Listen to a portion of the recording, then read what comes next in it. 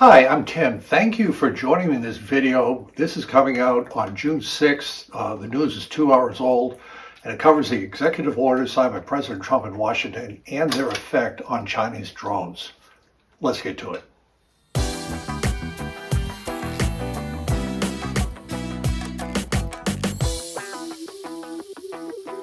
This is being filmed on June 6, 2025. The news from the White House in Washington was released about 2 hours ago regarding the executive orders that President Trump signed that directly impact drone operations. Because this is late-breaking news, I will be referring to my notes from time to time, so thank you for your acceptance of that. As a reminder, there are chapters in the timeline if you wish to jump ahead in this video.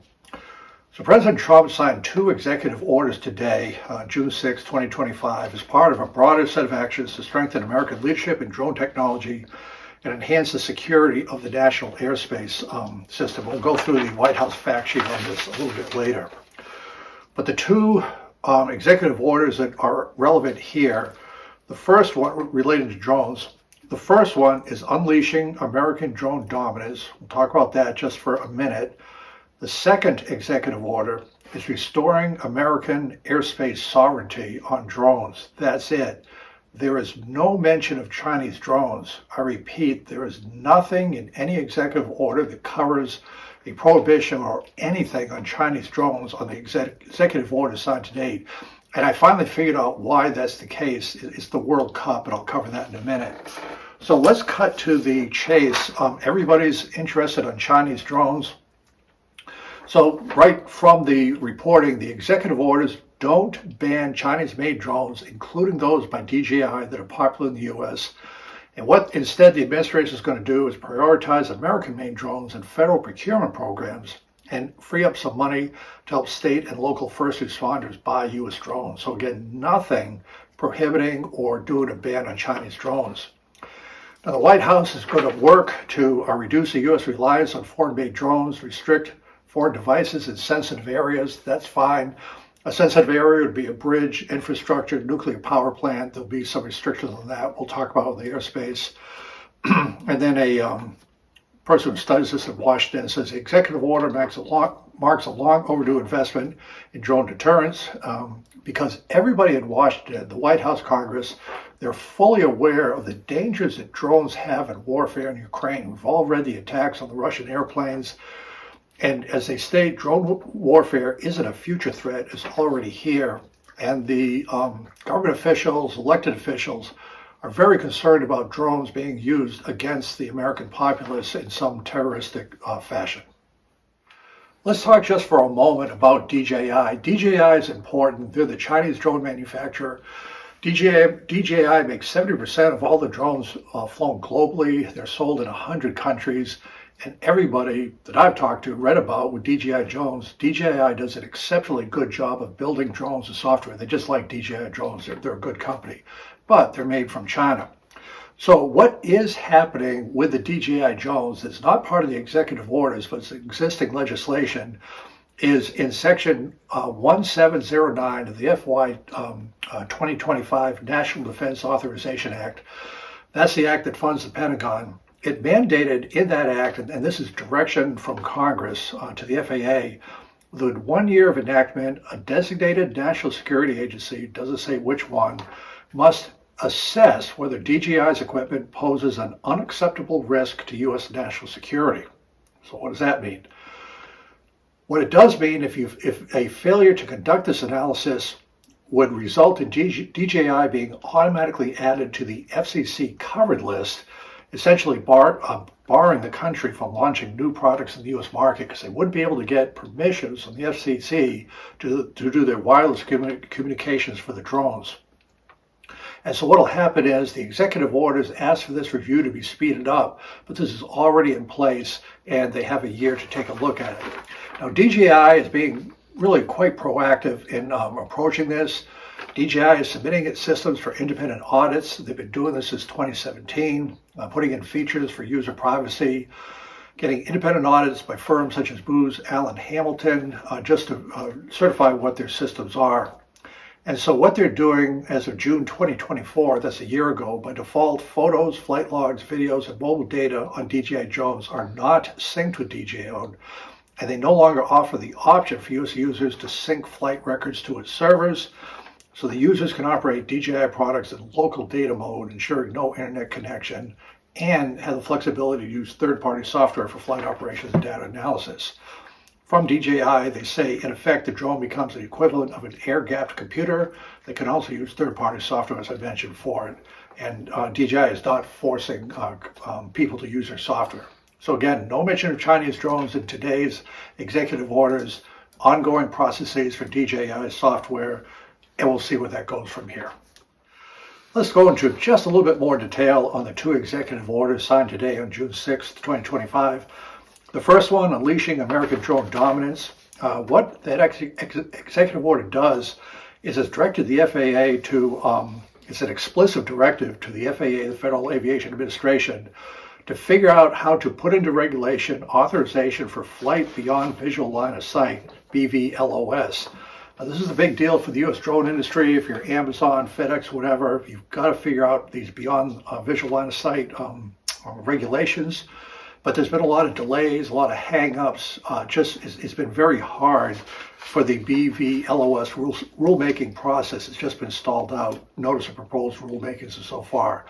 That's probably going to change here with this FAA, with the executive order to get off the dime to move out on this. And it directs the FAA to prioritize and expedite the establishment of standardized beyond visual line of sight regulations. They hope this will help business, etc. The other provisions of this executive order, the first one, they are working to accelerate domestic drone manufacturing. It tells U.S. government agencies to buy drones from U.S. manufacturers. They're working to streamline regulatory approvals, identify barriers, get rid of them, research and workforce development. In enhancing international competitiveness, the administration will work to promote U.S. drone exports and leadership in international standard-setting bodies, aiming to ensure American technologies and practices shape the global market. Good luck with that. We'll see how all that works out. But that's the first executive order. The second executive order is also interesting, and it will impact us because it's about shooting down drones and essentially an enhanced Real ID function for drones. So the second executive order is called, quote, Restoring American Airspace Sovereignty. Again, as I mentioned, everybody in Washington is fully aware of what drones are, just ordinary drones are capable of doing in warfare. And we're just trying to get control of our airspace for drones that shouldn't be there, for lack of a better term. And I was kind of curious what prompted all this to be, there's a lot going on, why now? I finally put 2 plus 2 together. As I mentioned before, this is being filmed on June 6th. 5 days from now, on June 11th, the 2026 World Cup starts. The World Cup is a super big deal. Every 4 years, soccer, the U.S., football, and Europe. It's 5 weeks. It'll go from June 11th to July 19th, 2026.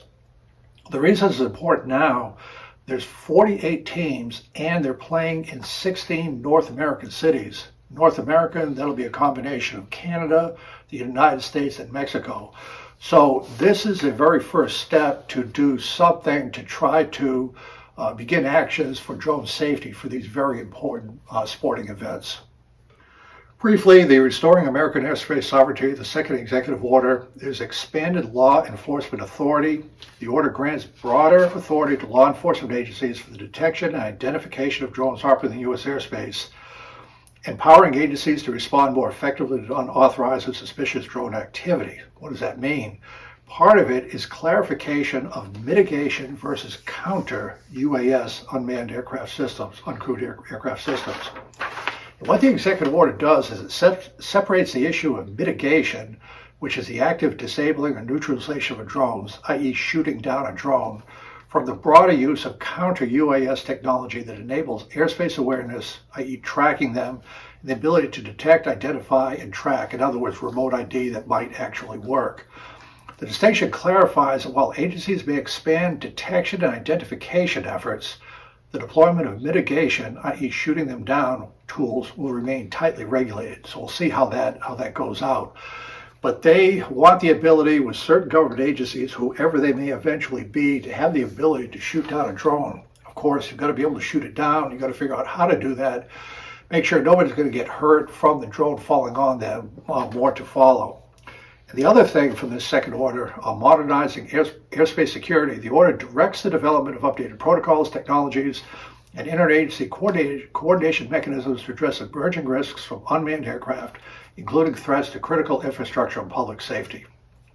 So those are the two executive orders. All of the U.S. drone associations and industry groups are ecstatic. They're super happy with it because it gives clarity beyond visual line of sight and just more emphasis on drones. They're very much in favor of that. And finally, we could take a look at the White House fact sheet that came out today from the White House. President Donald J. Trump unleashes American drone dominance. And it's what I've covered in the video so far. Signed executive orders to ensure continued American leadership in the development, commercialization, export of unmanned aircraft systems, otherwise known as drones. And I find this also interesting. They're talking about drones. They are not talking about RC model airplanes or helicopters. Again, I've seen this all along, UAS on a presidential document, otherwise known as drones. I like that because drones are an issue. Nobody is worried about fixed-wing aircraft on this. So beyond visual line of sight, we discussed all that. Other things that are important, this is from the White House. The order directs the FAA administrator to publish an updated roadmap for the integration of civil UAS into the National Airspace System. That's a big deal because it shows where the FAA is going to go on this, the domestic base, and foreign competition, national security risk, the domestic industrial base, all the stuff we've talked about before. So that is what came out today. I think they're worthwhile things to advance drones in the U.S., to have more robust drone identification, what they can or can't do to start thinking clearly about mitigation, shooting down drones. And as I said before, there's no mention at all anywhere on banning Chinese drones. So again, thank you for tuning in on this video, and I'll provide further updates as I figure them out.